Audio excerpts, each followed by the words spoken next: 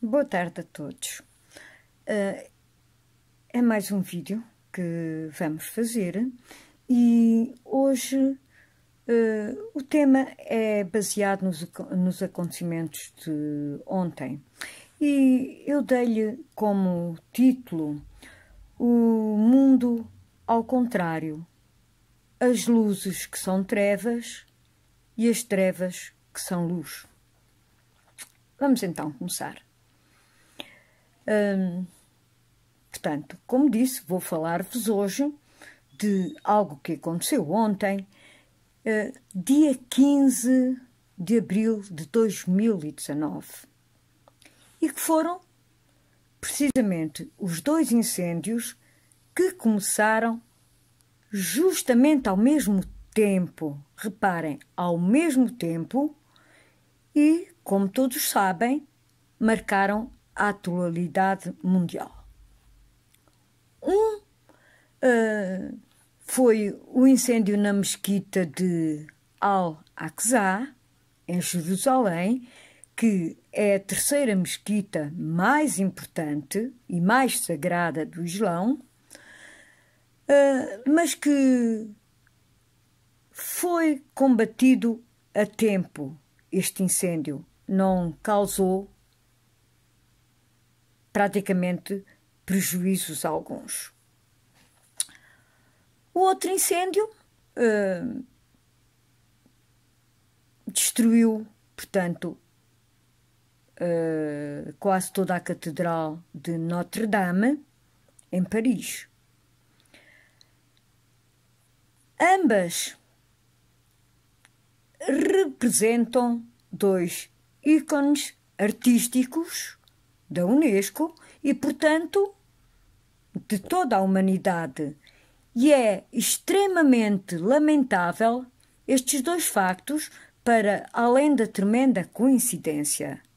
Será que existem coincidências? Terá sido mesmo uma coincidência? Bem, como era de esperar, apareceram imediatamente em alguns países, não vou nomeá-los, imensas pessoas a comentar este facto e, incrivelmente, pensei eu, quase todas elas a congratular-se com os fatídicos factos. É triste ver um país congratular-se com algo de ruim que aconteceu a outro. Claro que, e como não podia deixar de ser, começaram logo as teorias da conspiração. Isso era inevitável. Daquelas tipo alarves que olharam para tudo menos para as perdas culturais. E, infelizmente, mais uma vez a ignorância veio ao de cima. Mais uma vez encontraram teorias mil para justificarem o injustificável. E o pior é que se viu perfeitamente a falta de conhecimento histórico e artístico de quem escreveu e falou. Viu-se também a má-fé de quem fez afirmações que tentaram destruir os motivos religiosos das construções em causa. Mas, estranhamente, quase todos, ou todos mesmo, só falavam na Catedral Francesa. Quero que saibam, e já o disse até várias vezes, que tanto eu como o meu marido somos ateus, assim como qualquer dragonar ou dragão o é. Aliás, religiões só apareceram neste planeta e nos outros 3 planetas que servem também como prisão e inferno ao mesmo tempo. Em mais parte alguma existe essa teoria ou crença de religião e Deus ou deuses. Visto isto, creio que podemos falar do sucedido com o distanciamento exato que a coerência permite. Vejamos. Uma obra de arte é inestimável. Não importa a religião, não importa a política, ou seja lá o que for, que a terá levado a ser construída, pintada, feita ou até tocada. O meu marido deu-se ao trabalho de procurar na net a origem de tais seres que vociferavam contra a catedral. E o que descobriu? Quase todos eles tinham tiques do protestantismo. Aí fez-se luz e, como se costuma dizer, não é? E percebemos então o motivo de tal ódio à catedral. E é simples. Os protestantes sempre odiaram os católicos e as suas obras de arte. Dão-se ao luxo, esses protestantes e as múltiplas seitas, de tentarem obrigar os outros a pensarem como eles, e todos vocês sabem que isto é verdade. O Vaticano, para eles, é o centro de todo o mal, pois é a sede de uma religião que se opõe à sua, ou seja, que se opõe à deles, protestantismo e evangélicos também. Claro que não olham para dentro. Não convém. E as múltiplas seitas do tal país ao qual me refiro agora, e sem mencionar o nome, criaram cúmulos de ódio contra tudo e contra todos. Algumas frases deles bem mostraram isso. A ignorância da história e na história também ajudou muito. Até falaram no incêndio da Babilónia, da Biblioteca de Alexandria.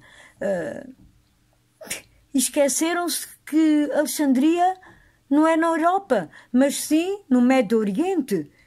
E que, se não estou em erro, isso se passou no século V, no século V. Acho que foi Saladino, se não estou mesmo em erro.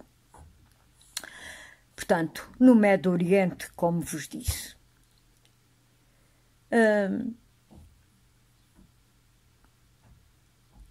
Portanto, aliás, essa biblioteca sofreu vários incêndios e o último foi precisamente às mãos de Saladino, um invasor árabe.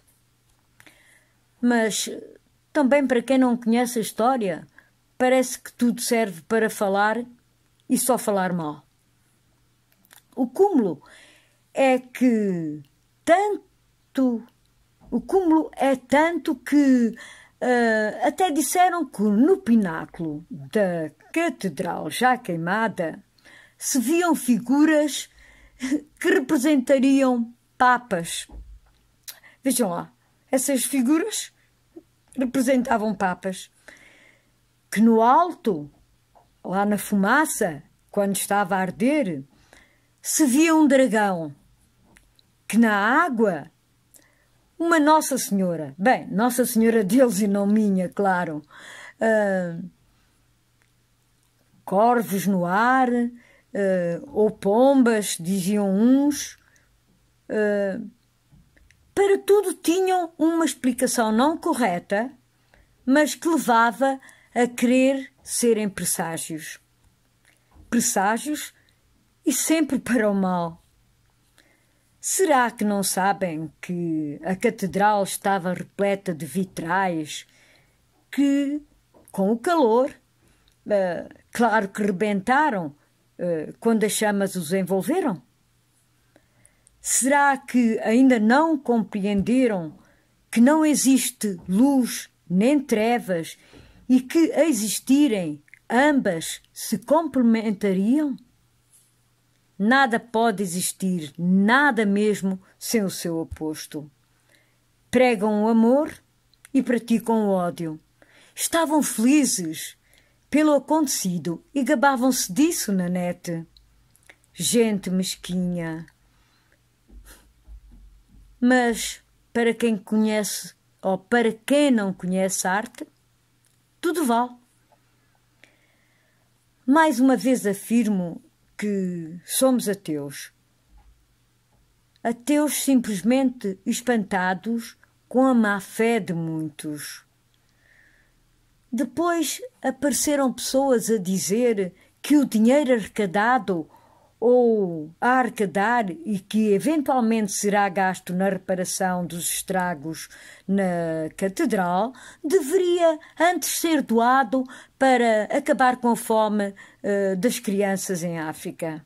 Fiquei ainda mais espantada com o nível de desconhecimento da realidade por essas pessoas. Então não viram ou não sabem que as dádivas e que de boa vontade foram dadas para, por exemplo, países de incidência muçulmana foram queimadas e destruídas por serem ofertas de infiéis? É que nós, para eles, somos considerados como tal, infiéis. Sim, porque não pertencemos à sua religião. E isso nos torna um infiel e estão proibidos de aceitar, seja lá aquilo que for, das mãos de alguém que não seja dos deles. E preferem até que as suas crianças morram à fome do que ter coragem e força para aceitar algo que as podia salvar. Até aqui na Europa, quando da recepção aos refugiados da Síria, se viu isso, deu na TV. Aliás, nos vários canais de TV por toda a Europa e até pelo mundo, ninguém inventou. Nos demais países africanos, que recebem constantemente ajuda internacional, as tais dádivas, quem fica com elas são os respectivos governos de cada país, que as distribuem ou não conforme os seus desígnios, conforme a sua vontade, e o que estou a dizer também é falado e ouvido através dos meios de comunicação. Geralmente o que acontece é ficarem com elas e os desgraçados famintos, as criancinhas moribundas, continuam à espera de algo que nunca ou raramente se lhes chega às mãos, ou melhor, chega até elas. Vocês lembram-se da Madre Teresa de Calcutá?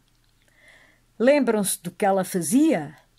Lembram-se que deixava morrer as pessoas à fome e com falta de medicamentos nos hospitais e que tanto dinheiro arrecadou e doou ao Vaticano em vez de se servir dele para matar a fome dessas pessoas e salvar essas vidas, as vidas dessas crianças e dessas pessoas que estavam nos hospitais que ela dizia ter criado e que não passavam praticamente de pocilgas? Foram obras fingidas de caridade, as que ela praticou. Hoje é santa e não passou de um diabo de saias. Hoje sabe-se que tudo o que ela fez foi mentiras. Portanto, tomou-se conhecimento das suas obras, das suas falsas obras, e de todas as suas mentiras. Mas voltando ao assunto, não fomos nós que dissemos o que aconteceu a essas verbas, a essas ajudas que foram doadas para os países de África, mas sim a própria ONU. Esses tais palermas, e desculpem a expressão, que fizeram aquelas informações, têm na manga uma variante para a solução. E qual é? Devíamos obrigar os governos a distribuir os bens, dar sem receber. Só não dizem como, o que podemos fazer. Tudo uma utopia. Será que seria através de invasões armadas nesses países africanos? Será com o assassinato dos seus políticos? Não me parece. A não ser que preconizem a invasão de África em larga escala e aí teríamos que voltar ao tempo das antigas colónias. Mas seria isto uma boa ideia? Não creio. Pois todos têm direito a ser livres. Será que os antigos colonizados que tanto atacam os antigos colonizadores querem agora ser os senhores que colonizariam novamente a África? Poupem-me, por favor, e tenham mais um pouco de juízo. Nada, mas nada mesmo se constrói sem sacrifício, sem suor, sem trabalho e muitas vezes com sacrifício de vidas. Infelizmente, isso acontece.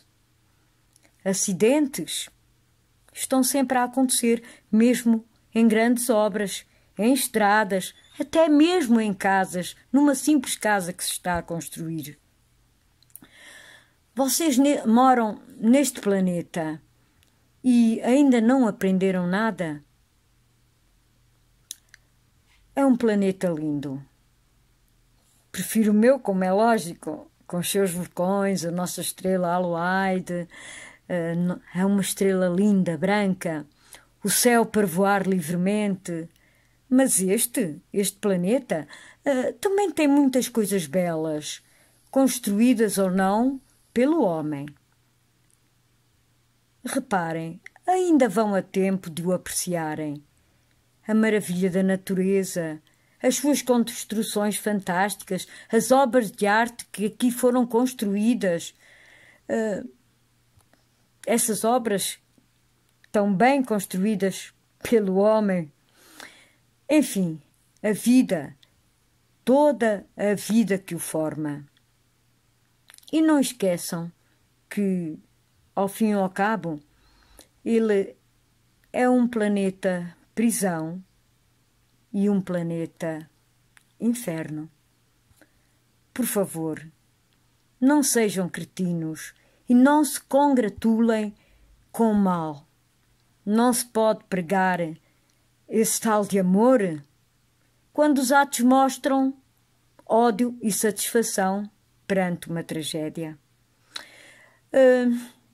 Pensem bem nisto. Não fiquem tão felizes quando o mal acontece, porque o mal também vos pode acontecer a vocês. Também pode acontecer no vosso país. E a tragédia até pode ser muito maior. É tudo o que eu vos tenho a dizer. Desculpem se fui um pouco mais dura, mas as coisas precisam de ser ditas. E ditas da maneira a que todos percebam o que é a realidade. Boa tarde a todos e despeço-me como sempre. Satanael Orizia Mater, out.